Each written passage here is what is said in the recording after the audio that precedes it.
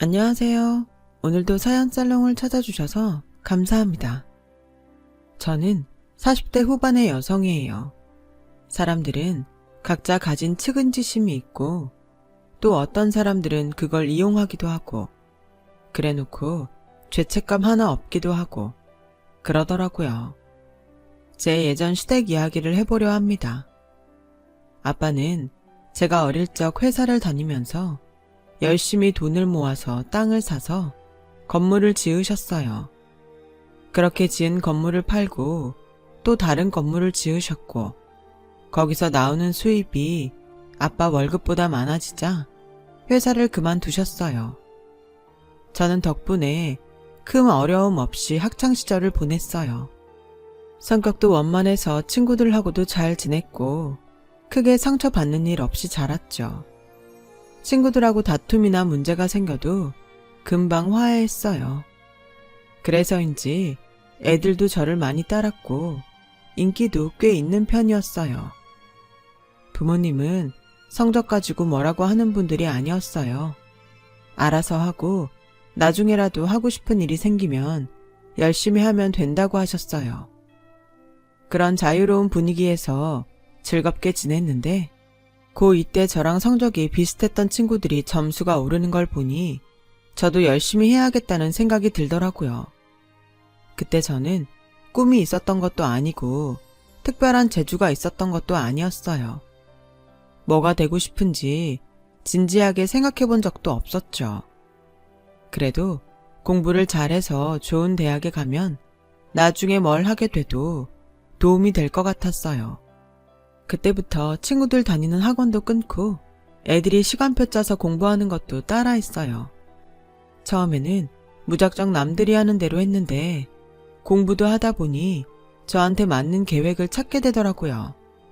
제가 그동안 체계적으로 해보지 않아서 잘 몰랐던 거였어요.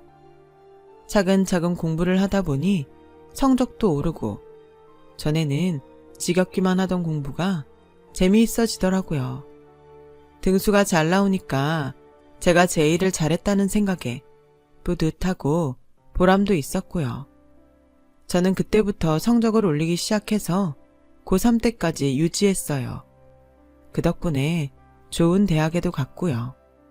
특별히 하고 싶었던 건 없었기 때문에 그냥 성적에 맞춰서 경제학과에 갔어요.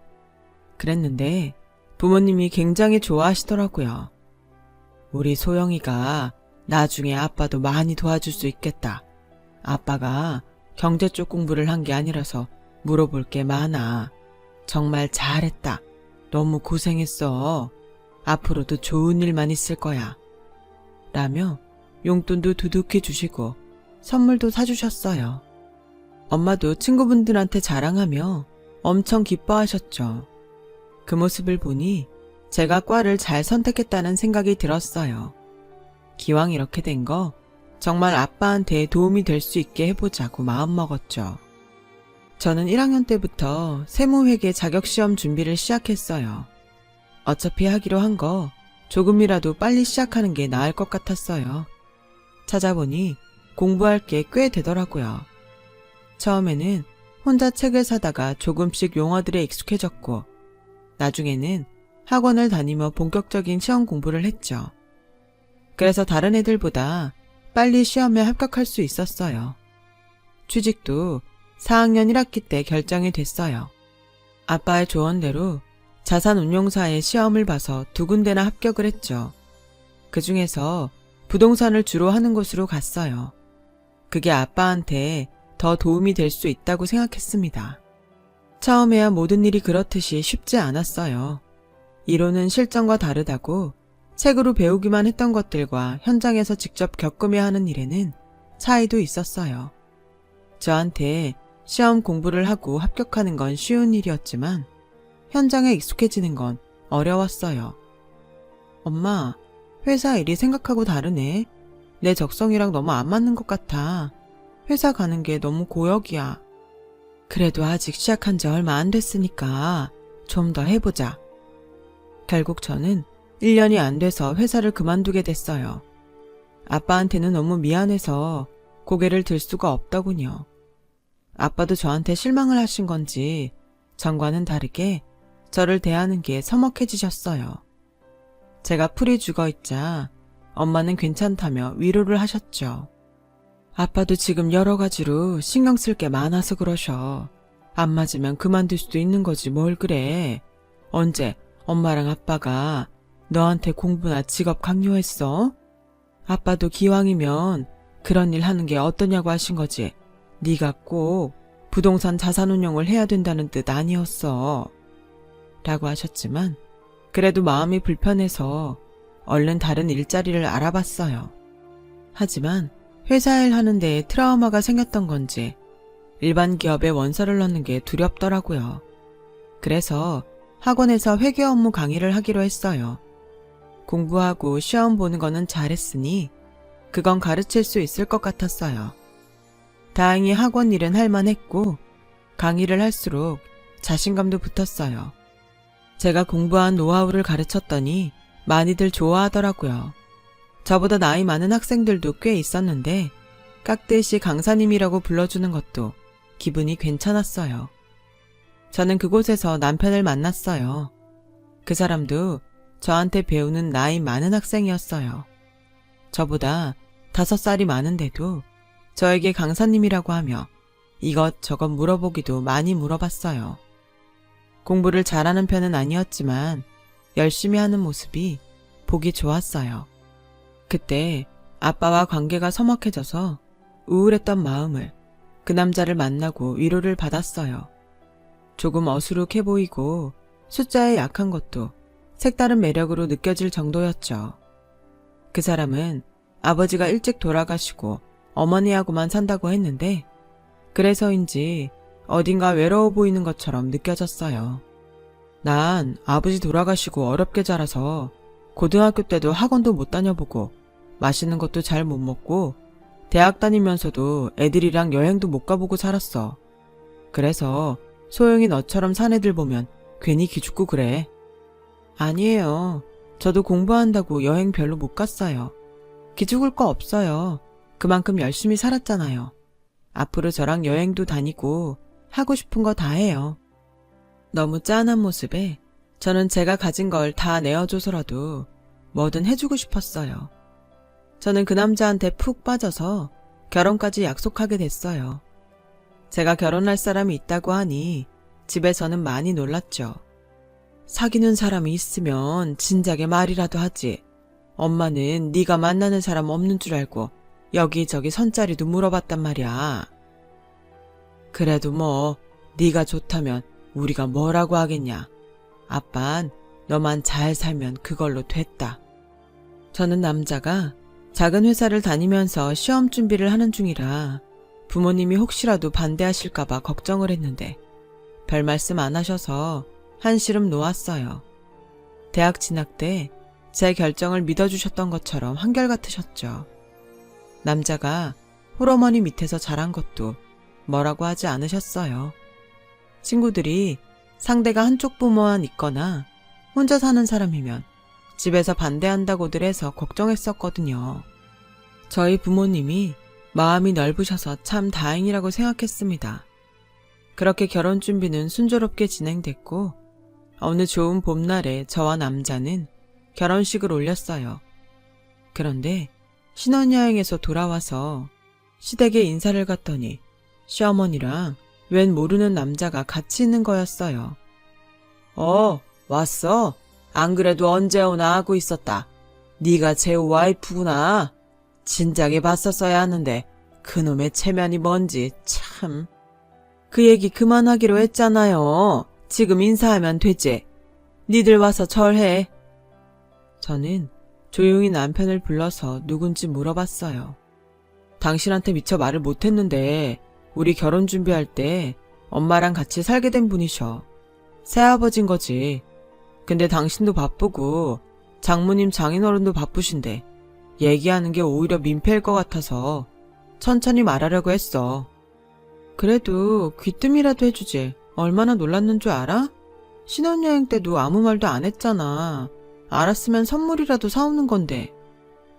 그런 걸 신경 쓸까봐 말 안 한 거야. 안 그래도 당신 나랑 엄마 거 산다고 돈 많이 썼잖아. 라며 제 생각을 해주는 남편을 보니 놀랐던 마음이 풀렸고 그럴 수도 있겠다는 생각이 들었어요. 얘, 놀랬니?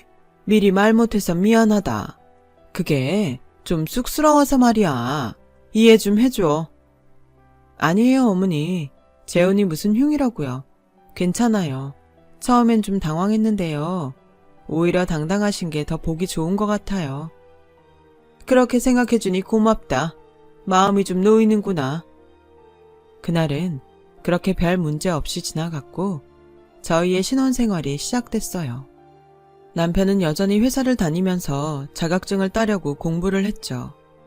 지금은 일반 사무직이지만 자격증이 생기면 부서를 옮기거나 이직을 해서 봉급도 더 받고 싶다고 했어요. 하지만 남편은 좀처럼 성적이 오르지 않았고 시험도 여러 차례 떨어졌어요. 나 그동안 시험 떨어진 것만도 4번인데 이번에도 안 되면 정말 힘들 것 같아. 그래서 말인데 차라리 내 일을 해보고 싶어. 그러면 굳이 시험 안 봐도 될 것 같고 재무 상태는 당신이 체크해줘도 되잖아. 글쎄, 무슨 일인지는 정한 거야? 사업하는 게 쉬운 일이 아니잖아. 좀 더 생각해보고 결정하면 안 돼? 라고 했지만 남편이 여러 차례 부탁하는 바람에 결국은 그러자고 했어요. 그것도 그럴 게 나이도 있는데 언제까지 시험만 보고 있을 수 없었으니까요. 또 회사도 계속 다닐 수 있다는 보장도 없었고요. 나중에 하게 될 사업 조금 미리 시작하는 셈 치자 했죠. 하지만 남편이 모아놓은 돈만으로는 자금이 부족했어요. 그래서 제가 들어놓았던 적금이랑 결혼할 때 부모님이 주셨던 비상금까지 털어서 남편에게 줬어요. 남편은 너무 고마워했고 대학가에 PC방을 열었어요. 처음에는 손님들도 많이 왔고 제법 잘 됐어요. 하지만 주변에 PC방이 하나 둘 생기고 어느 정도 시간이 지나니 더 이상 수입이 늘지 않더군요. 남편은 자꾸 돈을 까먹었고 제 돈은커녕 은행에서 빌린 돈도 갚기 어려워졌어요. 제가 몇 차례나 대출이자를 대신 내주기도 했죠. 내가 생각해봤는데 이게 대단히 잘 될 일은 아닌 것 같아. 알아보니까 동대문에서 옷을 떼다가 해외로 수출하는 게 꽤 괜찮대. 그게 PC방보다 더 잘 벌 것 같아. 나 자신 있어. PC방 할 때도 그렇게 말했잖아. 자꾸 이것저것 하는 것보다 한 가지 꾸준히 하는 게 낫지 않겠어? 아니야, 이번엔 진짜 달라. 내가 이거는 꼭 성공시킬게. 그러니까 나 한 번만 더 도와주라. 이렇게 부탁할게. 라는 간곡한 말에 저는 다시 넘어가고 말았어요. 그때는 저도 돈이 많지 않아서 어쩔 수 없이 친정에 빌려야 했어요. 부모님은 남편이 사업한다니까 두말 않고 돈을 내주셨어요. 정말 고마워, 엄마. 아빠한테도 감사하다고 전해줘. 이 돈은 내가 어떻게든 꼭 갚을게. 됐어, 괜찮아. 근데 걱정이 안 되는 건 아니야. 사실 요새 경기가 어떻게 될지 모르잖아. 친정 부모님은 혹시라도 저와 남편이 어려움을 겪게 될까봐 걱정을 많이 하셨어요. 당연한 거지만요. 저는 부모님 걱정 끼치지 않게 잘해야겠다고 다짐했죠. 하지만 그러고도 몇 차례 더 돈을 빌려야 했어요. 남편이 예상보다 초기 자금이 더 들어갔다고 자금이 부족하다고 해서 저도 어쩔 수 없이 부모님께 부탁을 했죠. 저는 처음 부모님께 약속한 대로 돈을 갚기 위해 학원 강의도 더 열심히 했고 강의 시간을 늘려달라고 하면 주저없이 그러겠다고 했어요. 하지만 남편의 사업은 좀처럼 자리가 잡히질 않았어요. 내가 처음 하는 일이다 보니까 그런 것 같아. 예산도 계속 초과가 되네. 돈이 좀 더 필요한데 한 번만 더 해줄 수 없을까? 나도 염치 없는 거 아는데 부탁할게. 정말 미안해. 이제 나도 정말 힘들어. 더는 어렵다고. 이제 나한테만 기대지 말고 당신이 좀 해결해봐. 라고는 했지만 남편이 축 처진 걸 보면 그게 너무 안 돼서 또 돈을 해주게 되더군요. 하지만 친정도 아빠가 새로 짓는 건물 부지에 문제가 생기면서 경제적으로 어려움을 겪고 있었어요. 더는 손 벌리면 안 되겠다 싶어서 이런저런 방법으로 대출을 받아서 남편에게 줬거든요. 남편이 사업을 하러 나가서 사람들한테 대접받길 바랬던 거예요. 그래도 남편 사업은 제자리 걸음이었고, 그러는 사이 친정 아빠가 갑자기 돌아가셨어요. 소영아, 어떡하니? 아빠가 짓고 있던 건물이 다른 사람한테 넘어갔대. 뭐? 그럼 빚은 어떻게 해야 돼? 이게 갑자기 다 무슨 일이야? 정말 하늘이 무너지는 것 같았어요. 엄마와 같이 장례식장에서 펑펑 울기만 하는데 이상하게도 시댁 식구들이 아무도 보이질 않더라고요. 남편한테 아무리 전화를 해도 통화가 되지 않아서 집에 갔더니 남편이 들어온 흔적이 없었어요. 그래서 시댁에 가봤더니 마침 외출을 하려는 시부모님과 마주쳤어요. 시어머니는 빨간 립스틱에 화려한 화장을 하고 있었고, 새 시아버지도 전과 다르게 부티가 나는 차림을 하고 있었어요. 어머님, 아버님, 저희 아빠 돌아가셨다는 거 못 들으셨어요? 제가 엊그제도 전화했었잖아요. 어디 가시는 거예요? 일하는 아줌마한테 들었어. 근데 우리도 급한 볼 일이 있어서 어쩌니? 정말 중요한 약속이거든. 죽은 사람은 어쩔 수 없잖아. 산 사람들은 살아야지. 아니, 그리고 우리 볼일 끝나면 들릴 텐데 그새를 못 참고 여기까지 찾아온 거야? 어머니, 다른 일도 아니고 저희 아버지가 돌아가신 거잖아요. 그런데 이 사람도 연락이 안 되고 아무도 안 오시니 당연히 찾아보죠. 재우 사업하는 애잖아. 일하느라 바쁘니까 연락이 안 되겠지. 넌 아빠도 사업하는 집에서 자란 애가 어떻게 그런 걸 몰라? 아무리 그래도 집안 어른이 돌아가셨잖아요. 그 사람한테 장인어른이잖아요. 제 아버지요. 어머니도 그렇게 말씀하시면 안 되죠. 얘 좀 봐. 너 지금 나한테 큰 소리 치는 거야? 니네 집에서 돈 좀 줬으니까 알아서 기어라 그러는 거냐? 너희 친정 지금 빈털털이 돼서 별 볼 일 없는 거 다 알아. 그런데도 부자 행세하면서 대접받고 싶은 거니?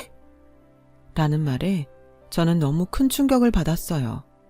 어떻게든 남편을 만나야겠다는 생각이 들어서 장례식장에 엄마만 두고 집 앞에서 남편을 기다렸어요.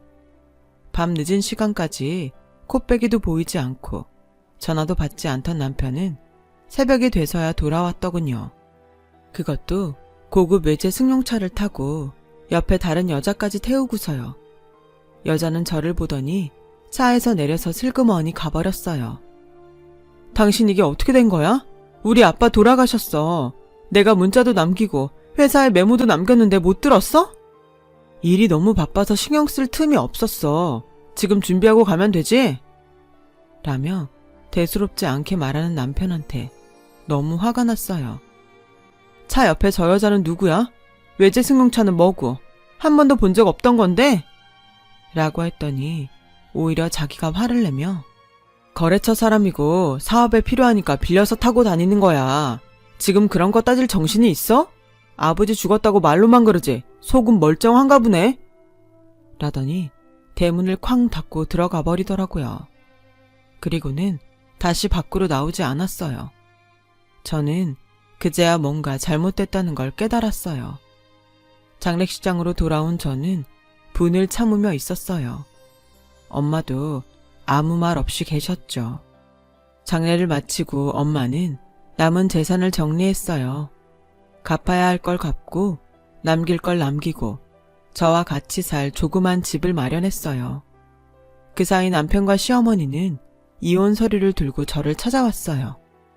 부부란 게 서로 도움이 되는 관계여야 원만하게 살 수 있는 거야. 이렇게 한쪽이 기울면 피곤해져. 너 벌써 남편한테 잔소리도 했다며? 사업하느라 만나는 사람한테 저 여자 뭐냐고 하고 그게 할 소리니? 더는 입 아프게 말 안 해도 되겠지? 재우랑 잘 끝내고 너도 새 출발해라. 라며 시어머니는 먼저 자리를 떴고 남편은 우리 인연은 여기까지라고 생각하자. 당신이 오해해서 날 이상한 사람 취급한 거 내가 더는 문제 삼지 않을게. 그걸로 고소할 수도 있는데 아버지도 돌아가신 마당에 그렇게 하고 싶진 않아. 라면서 1,000만 원이 든 봉투를 주더라고요. 저는 너무 기가 막혔어요. 이게 뭐야?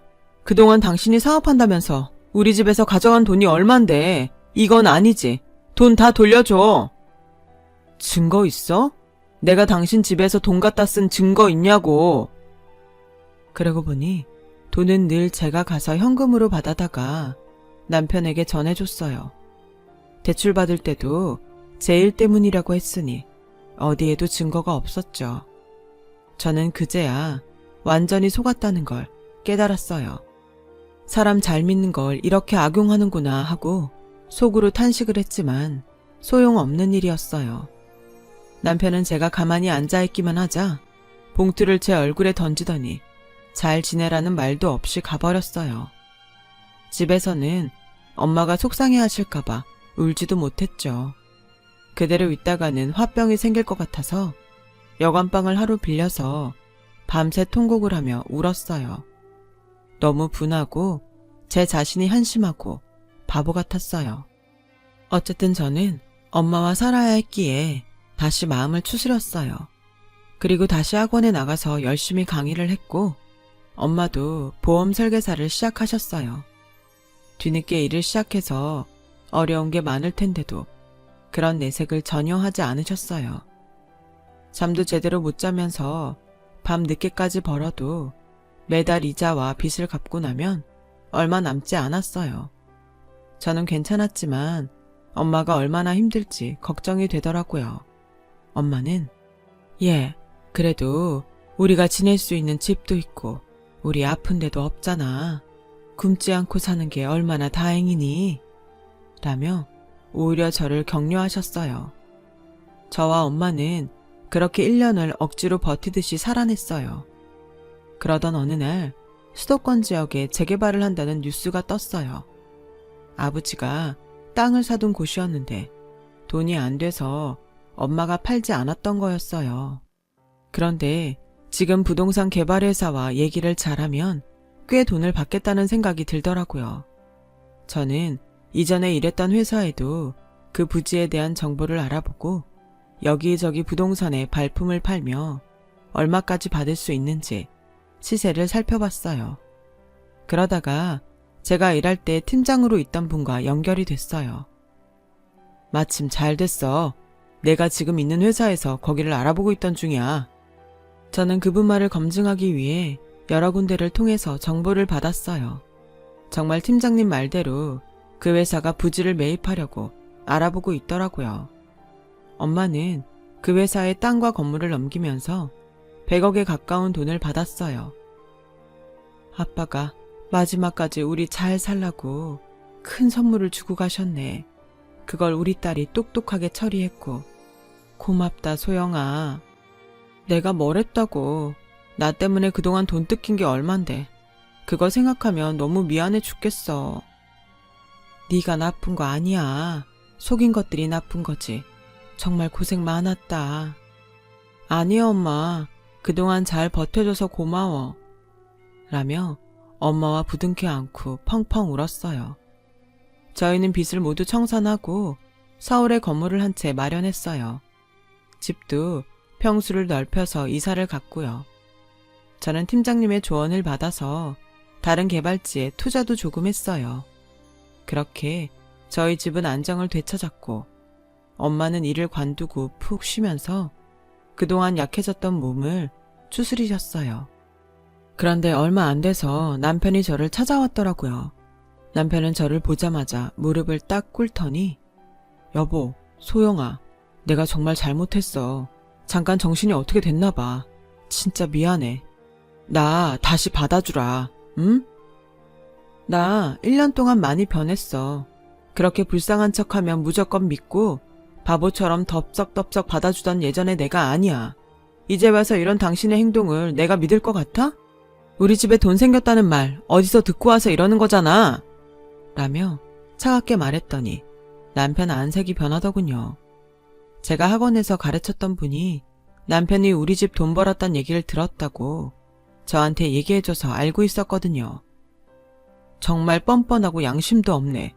우리 집 돈 없다고 당신 부모랑 당신 어떻게 했는데? 아빠 장례식에 오지도 않았잖아. 그런 사람이 무슨 낯짝으로 다시 날 찾아와? 미안하긴 뭐가 미안하다는 거야. 또 돈 떨어지면 나 몰라라 안면 싹 바꿀 거면서. 내가 그때는 뭐에 씌었었나 봐. 진짜 미안했어. 한 번만 봐줘. 자꾸 이러면 경찰 부를 거야? 어디 사람들 앞에서 망신 좀 당해볼래? 라고 했더니 어쩔 수 없이 가더군요. 그런데 다음 날에는 남자 어머니가 찾아오더라고요. 소영아, 아가, 우리가 정말 너한테 실수했다. 이렇게 제기할 수 있는데 몰라봤어. 부자는 망해도 3대는 산댔는데 내가 너무 과소평가했다. 다시 잘 지내보자. 그게 서로에게도 좋잖아. 아니요, 저한테 뭐가 좋은지 모르겠는데요. 그쪽이 돈이 있어요, 명예가 있어요. 당신네 같은 천박한 집안하고는 더 이상 상종하고 싶지 않네요. 라고 하자 시어머니는 제 손을 잡고 빌다시피 하더군요. 예, 정말 미안했다. 네가 서운했지? 그래, 네 맘 다 알아. 그러니 우리한테 기회를 줘. 그럼 우리 집 돈 한 푼도 못 건드려도 좋아? 당신들 우리 집 돈 번 거 알고 이러는 거잖아. 나한테 증거가 없다고 우리 돈도 안 갚았던 사람들이 이제 와서 미안하다고 하면 그 말이 믿어지겠어? 나 당신을 이러는 것도 일종의 협박이라고 고소할 수 있어요. 예, 정말 우리가 죽을 죄를 지었다. 이렇게 사과할게. 한 번만 더 기회를 줘. 와, 진짜 돈에 환장한 사람들이네. 돈 앞에선 자존심도 양심도 없는 댁 같은 사람들. 내가 소문 다 내서 망신 좀 당하게 해볼까? 라고 하자 그제야 어쩔 수 없다는 듯 가더라고요. 정말 사람이 어떻게 그렇게 뻔뻔할 수 있는지 모르겠어요. 알고 보니 새 시아버지는 혼인신고만 안 하고 같이 산 지 10년이 된 남자였어요. 남편은 홀어머니 밑에서 커서 없이 자란 것처럼 굴었지만 친척들 등지면서 할 거 다 하고 살았다고 하더라고요. 제가 사람을 너무 잘 믿어서 의심을 한 번도 안 했던 거예요. 그래도 20대에 그런 일 겪은 게 나중에 더 큰 일 당하지 말라고 액땜한 거라고 생각했어요. 그 일이 아니었으면 저는 너무 쉽게 이것저것 믿었을 거예요. 남편과 시댁은 그 이후로 연락을 끊었고 저는 5년 후에 좋은 남자와 재혼을 해서 지금까지 잘 살고 있어요. 예쁜 아들, 딸도 두었고요.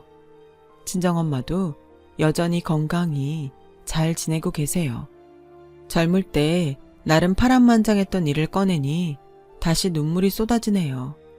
긴 얘기 들어주신 여러분 정말 감사드려요. 힘드시더라도 참고 지내시면 꼭 좋은 날이 올 거예요. 늘 건강하고 행복하세요. 감사합니다. 여러분, 사연 댓글에 응원과 현명한 조언 부탁드려요. 좋아요와 구독은 저에게 큰 힘이 됩니다. 오늘도 좋은 일 가득하세요.